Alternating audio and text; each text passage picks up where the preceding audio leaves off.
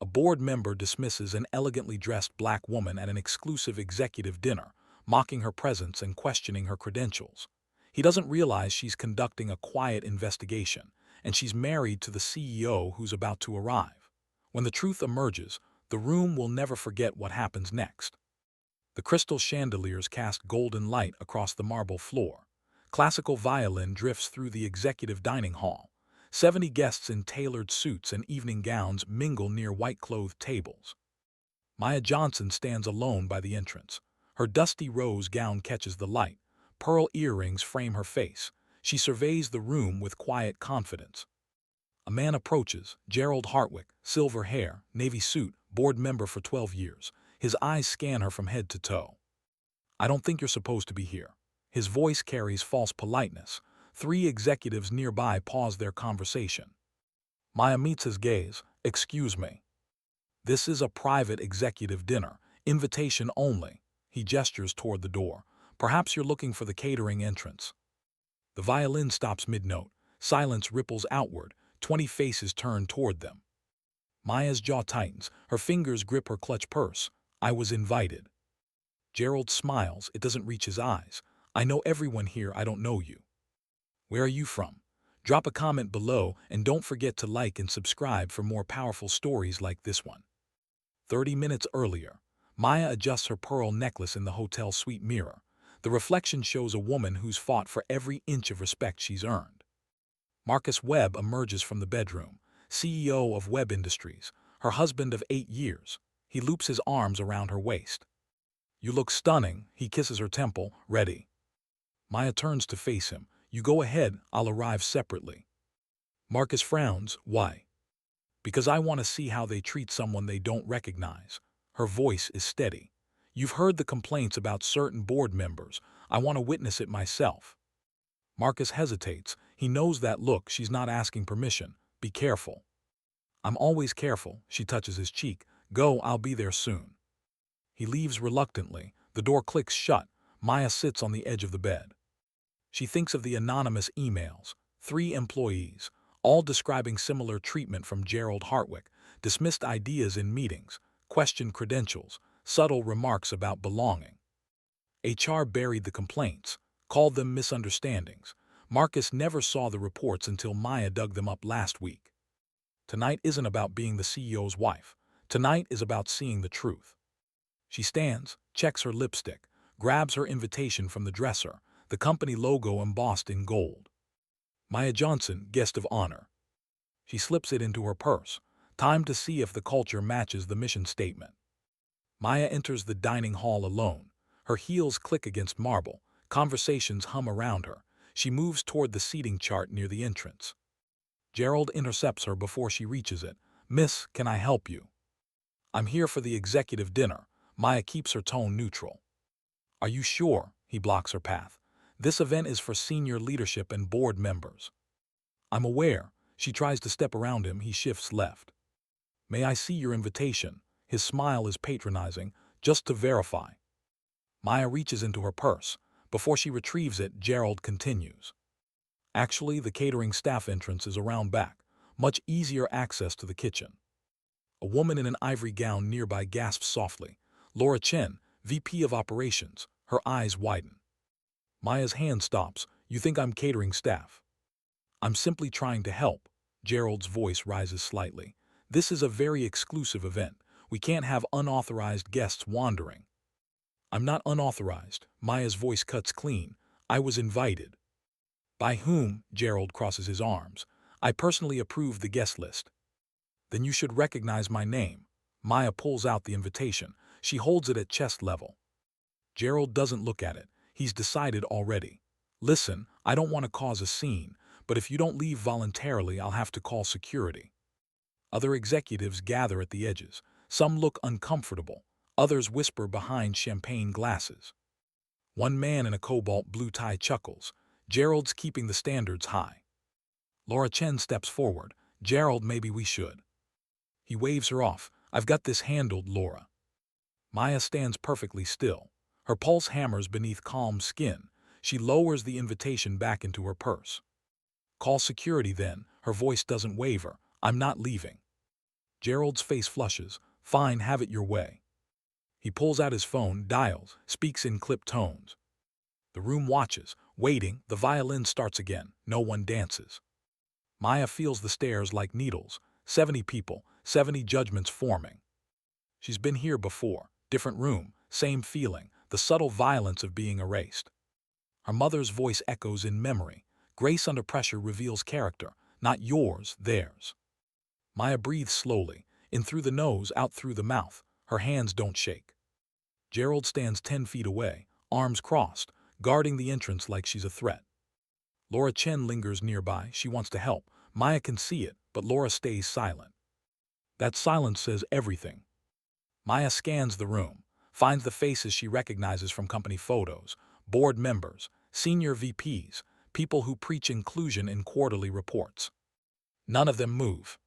She thinks of the 3 employees who sent those emails, how small they must have felt, how alone. Now she understands. The door opens. 2 security guards enter, young men in black uniforms. They approach Gerald first. Maya's jaw tightens. She won't give them the satisfaction of seeing her fear. Gerald points toward her.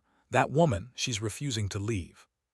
One guard approaches. Ma'am, we're going to need you to come with us. Maya lifts her chin. I have an invitation. Would you like to see it? The guard hesitates. Gerald interrupts. She's lying. I approved every name on that list.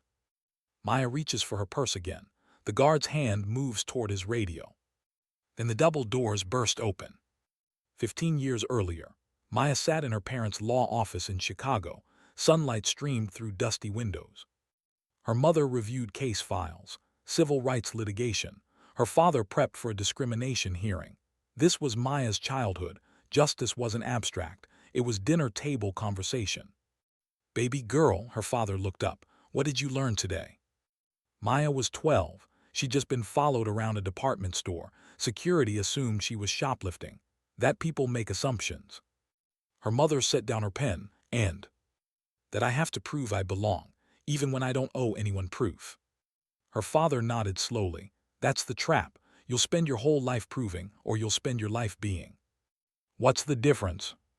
Proving is about them. Being is about you. He leaned forward. You choose which one drains your energy. Maya chose being. She excelled at Harvard Law, top of her class. She met Marcus in a joint MBA program. He was different, white, wealthy, but he listened, really listened. When she talked about microaggressions in boardrooms, he didn't dismiss her. They married young. Marcus launched Web Industries with a mission: merit over background, inclusion over tradition. But missions on paper don't change hearts. Maya warned him. Corporate culture isn't built from the top. It's revealed in moments when leadership isn't watching. 3 months ago, the emails started. Employees reaching out privately, describing Gerald Hartwick's behavior. One woman was told her accent made her sound unprofessional. Another was asked if she really had the credentials listed on her resume. All incidents happened in smaller meetings, private spaces, no witnesses with power. HR investigated, found insufficient evidence, called it cultural misunderstanding. Marcus never saw the reports. Gerald had friends in HR. Maya dug deeper. She found 5 more complaints, all buried, all dismissed. She showed Marcus. He was horrified, but he needed concrete proof, something undeniable. Tonight was her idea. Walk in alone. See how Gerald treats someone he doesn't recognize. She didn't expect it to be this blatant. Marcus Webb stands in the doorway, 6'2", charcoal suit. His eyes find Maya immediately. Then they find Gerald, then the security guards. The room goes silent, complete, absolute. Marcus doesn't move yet. He's assessing. Maya can see the calculations behind his eyes. Gerald's face shifts, confusion first, then recognition, then panic. Marcus, Gerald's voice cracks slightly. We were just handling a situation. Marcus walks slowly toward them, each step deliberate. The crowd parts. He stops beside Maya. His hand finds hers. Are you all right? She nods, doesn't speak yet. Marcus turns to Gerald. What situation? This woman, Gerald gestures, then stops. His hand drops. The word woman suddenly feels wrong. This woman, Marcus's voice is ice. You mean my wife? The room exhales, sharp, collective. Gerald's mouth opens, closes. I didn't know. Didn't know what? Marcus steps closer. Didn't know her name or didn't bother to check. Laura Chen moves forward. Marcus, I tried to. I know, Laura. Marcus doesn't look away from Gerald. I saw you try.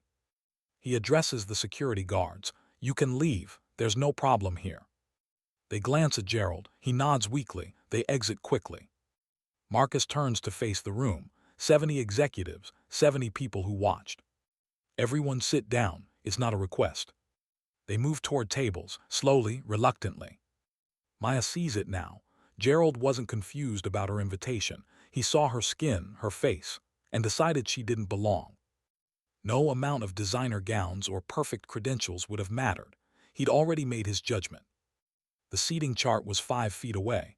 Her name printed clearly. He never looked. Marcus pulls out his phone, types rapidly, looks up. Change of plans tonight. We're going to have a different kind of dinner. Gerald's face drains of color. He knows it's over. Marcus doesn't sit, neither does Maya. They stand at the front of the room. Gerald remains near the entrance, frozen. His silver hair catches the chandelier light. Gerald, Marcus's voice fills the space. Come here.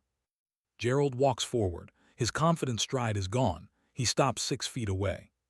Closer, Marcus gestures. Gerald takes 2 more steps, his hands clasped behind his back. Marcus turns to the room. Gerald is our longest-serving board member, 12 years, instrumental in 3 major acquisitions, respected industry veteran. Gerald's shoulders relax slightly. Maybe this won't be so bad. He's also the subject of 8 formal complaints. Marcus pauses, all buried by HR. The room tenses. Gerald's face goes pale. Laura Chen shifts in her seat. Another executive coughs nervously. Tonight was a test. Marcus looks at Maya. My wife agreed to attend separately to see how our culture operates when I'm not watching. Maya steps forward. Her voice is steady. Gerald assumed I was catering staff. He called security. He never checked my invitation. I made a mistake. Gerald's voice cracks. I apologize. To whom? Maya tilts her head. To me or to Marcus? Gerald's mouth opens, closes. He doesn't answer. Marcus pulls up his phone, projects an image on the wall screen, an email thread. These are complaints from 3 employees, all describing similar treatment from you, Gerald. The room leans forward, reading. One email describes Gerald questioning a woman's technical credentials in front of clients. Another details him asking an employee where she was really from. The third describes tonight, almost perfectly, Gerald's pattern. This ends now. Marcus's voice drops. We're going to address this, all of it. Gerald straightens. Marcus, let's discuss this privately. No, Maya's voice cuts clean. This happened publicly. It gets addressed publicly. For a moment, the tension eases. It feels like resolution is coming. Then Gerald makes his final mistake. With all due respect, he looks only at Marcus. Your wife is being dramatic. I was simply maintaining event security. The room freezes. Marcus's jaw clenches. Maya touches his arm. She'll handle this. Dramatic? Maya's voice doesn't rise. It doesn't need to. I stood in your company's lobby with a valid invitation. You called me unauthorized. I didn't recognize you. Gerald's defense sounds hollow even to him. You didn't try. Maya steps closer. The seating chart was right there. You never looked. Laura Chen stands. I witnessed everything. Gerald never asked her name, never checked credentials. Another executive rises. Thomas Park, VP of Finance. I've seen Gerald do this before. Different person, same behavior. Gerald's eyes dart. Thomas, that's not. It was. Thomas's voice is firm. 2 years ago, conference in Boston. You questioned whether our new hire really went to MIT. She had an accent. Gerald's voice rises. I was just. She was born in California. Thomas sits back down. The dominoes start falling. Another executive speaks up, then another. Small moments, microaggressions, patterns they'd ignored. Maya watches Gerald crumble. His certainty evaporates. His status provides no shield. Marcus pulls up another document. I had HR pull every complaint filed in the last 5 years, cross-reference with witnesses. He projects the list, 15 names, 15 incidents, all connected to Gerald. Some were investigated, most were dismissed, all showed the same pattern. Marcus looks at Gerald. You have a problem. This company has enabled it. Gerald's hands shake. I've given 12 years to this company. And in those 12 years, how many talented people left because of you? Maya's question hangs in the air. Gerald doesn't answer, can't answer. Marcus turns to the board members. Emergency vote. Gerald Hartwick's removal from the board, effective immediately. You can't do this, Gerald's voice cracks. I have contracts, protections. You violated the ethics clause. Marcus hands him a folder. Your lawyer can review it. Laura Chen raises her hand. I vote yes. Thomas Park follows, yes. One by one, hands rise. The vote isn't close. Gerald stands alone in the center of the room, surrounded by the culture he helped create. Security will escort you out. Marcus nods toward the door. The same two guards from earlier enter. This time they approach Gerald. He looks at Marcus, at Maya, at the executives who were colleagues 5 minutes ago. This is a mistake, his final words. You'll regret this. No, Maya's voice follows him toward the door. You'll regret what you could have been. The doors close behind him. The room releases its breath. But Maya knows this is just the beginning. The dinner continues, but the celebration is gone. Executives eat in silence. Conversations stay surface level. Maya sits beside Marcus, her plate untouched. The dusty rose gown suddenly feels heavy. She excuses herself, walks to the hotel balcony outside the hall. Cool air hits her face. The city stretches below, lights flickering, lives continuing, unaware of what just happened. She grips the railing, her hands finally shake. Victory doesn't feel victorious, it feels exhausting. Gerald is gone, but how many others remain? How many executives watched tonight and learned only to hide better? Her phone buzzes, a text from an unknown number. Thank you, I was one of the 3 who sent emails. I never thought anyone would listen. Maya's throat tightens, she types back. I listened and I'll keep listening. But doubt creeps in. One board member removed, one public confrontation. Does it change anything? She thinks of her father's words, being versus proving. Tonight she proved something, but at what cost? The door opens behind her. Laura Chen steps out. Maya, Laura's voice is soft. I should have said something sooner. Maya turns, why didn't you? Laura looks away, because I was afraid of being labeled difficult, of losing my position. And now I'm more afraid of staying silent. Laura meets her eyes. What happens next? Maya doesn't know yet, but she knows silence isn't an option anymore. They stand together, 2 women, different backgrounds, same realization. The culture won't change unless they force it to. Monday morning, Marcus calls an emergency leadership meeting. Maya joins via video conference. 15 executives gather in the boardroom. The energy is tense, uncertain. Marcus opens with a question. How did we get here? Silence. Then Thomas Park speaks. We prioritized comfort over accountability. It was easier to ignore complaints than address them. Laura Chen nods. HR protected leadership instead of employees. We all knew it. Marcus pulls up a presentation. Maya and I spent the weekend building a new framework. The screen shows 3 pillars: anonymous reporting, independent investigation, zero-tolerance enforcement. Every complaint gets reviewed by an external firm. Maya's voice comes through clear. No internal HR bias, no protection for tenure. One executive raises his hand. David Morton, Chief Legal Officer. This could expose us to liability. We're already exposed. Marcus leans forward. The question is whether we address it proactively or wait for lawsuits. Maya adds context. I've spoken with 5 former employees this weekend, all left because of hostile behavior, all considering legal action. The room shifts. Fear replaces resistance. What do you need from us? Laura asks. Honesty. Maya's face fills the screen. If you've witnessed behavior like Gerald's and said nothing, speak now. One by one, executives admit their silence. Small moments they dismissed, patterns they ignored. The confessions take an hour. Some are painful, others are revelatory. Marcus takes notes. Maya watches faces. They're beginning to understand. By the end, a plan emerges. Mandatory bias training, restructured HR reporting, quarterly culture audits. This isn't optional, Marcus stands. If you can't commit to this, leave now. No one moves. Good, Maya's voice softens. Because we're building something better, but it starts with accountability. The meeting adjourns. Executives file out slowly, processing. Laura Chen stays behind. Maya, can I ask something? Of course. Why did you put yourself through that? You could have just told Marcus what you found. Maya considers the question. Because words on paper don't change hearts, people needed to see it, feel it. Laura nods slowly. It worked. I'll never be silent again. That's the shift Maya was waiting for. Not policy changes, personal transformation. 3 months later, Web Industries hosts its annual shareholder meeting. 200 attendees pack the auditorium. Maya sits in the front row, dusty rose blazer this time, same pearl earrings. Marcus takes the stage. Before we discuss financials, I want to address our culture transformation. The screen behind him lights up. Statistics.